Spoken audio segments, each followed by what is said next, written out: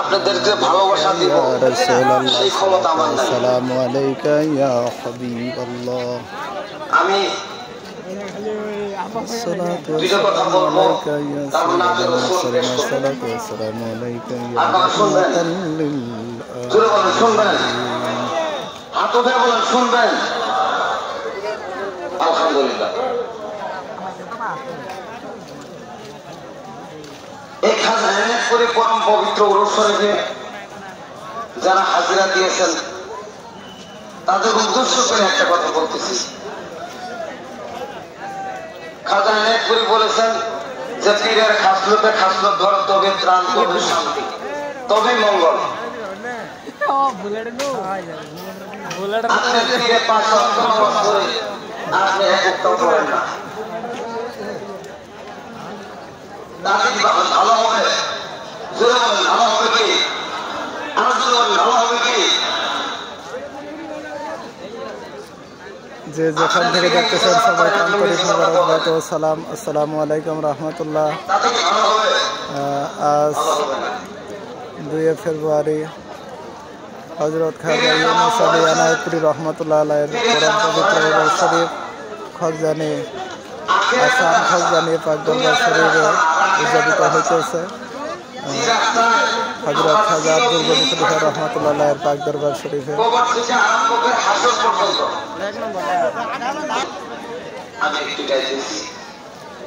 আমি নিজে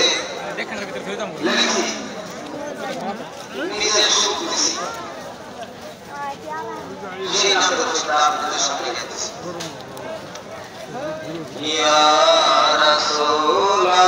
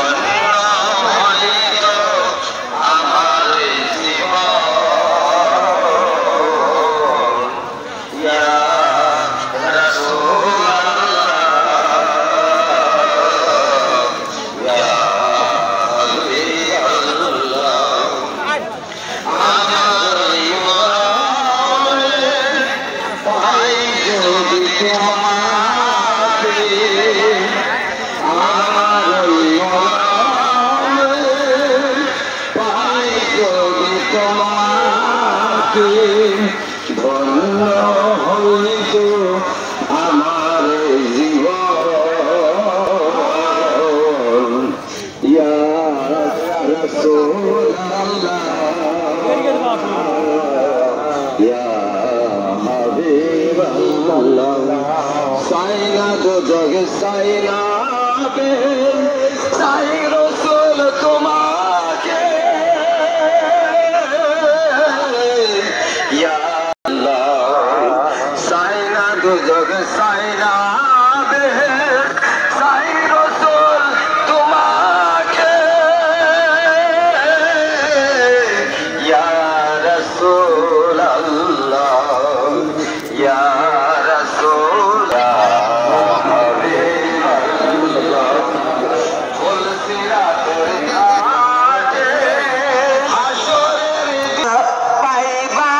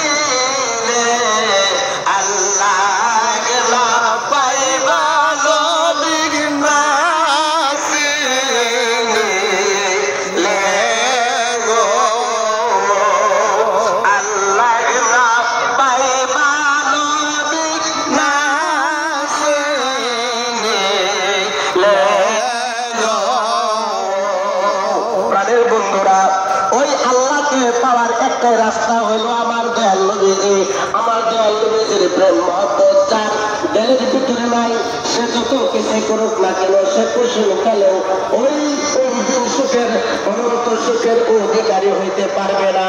তাই আজকে ওই দয়াল নবীজি জাহিরি ভাবে আমাদের সম্মুখে যদি উনাই ওই দয়াল নবীজির ওয়ারিস তুলাম দিয়া আল্লাহ রাসূল ওলি আল্লাহ এই দুনিয়াতে যুগে যুগে আসতেছেন, যেমন ভাবে আমার খাজা বাবা এনায়েতপুরী রাহমাতুল্লাহ যদি অলৌকিক গুণ ওনার গুণ সারা জীবন ব্যাখ্যা করে, আমার এনায়েতপুরী কেবলা জানে অলৌকিক গুণ যদি কেউ সারা জীবন ব্যাখ্যা করে বিন্দু পরিমাণ শেষ করতে পারবে না।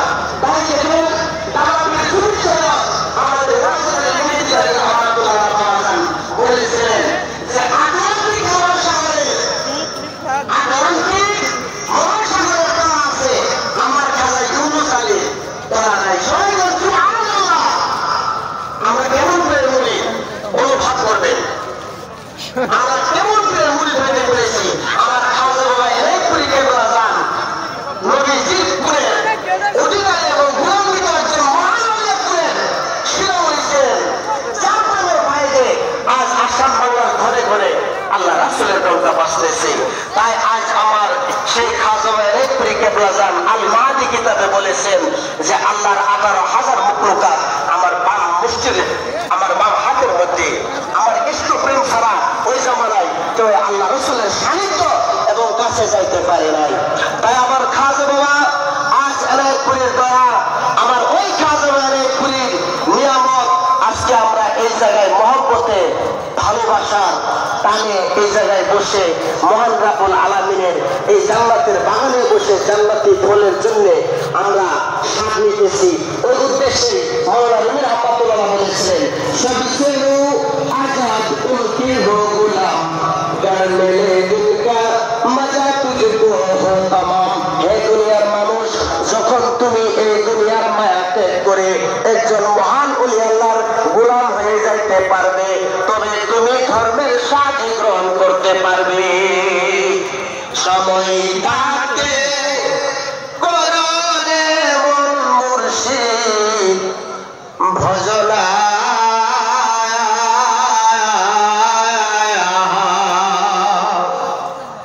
কাল তোমার জিন্দা হবে মরণ হবে না।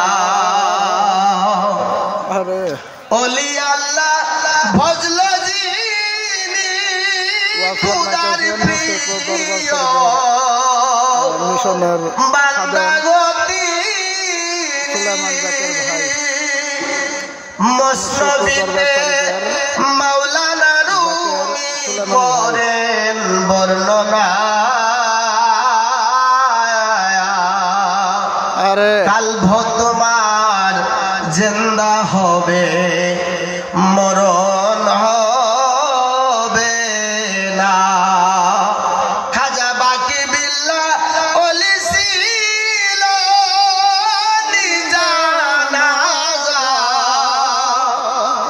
নিজেই গো পড়ল সুফিবাদের এই রহস্য খুঁজে দেখো না।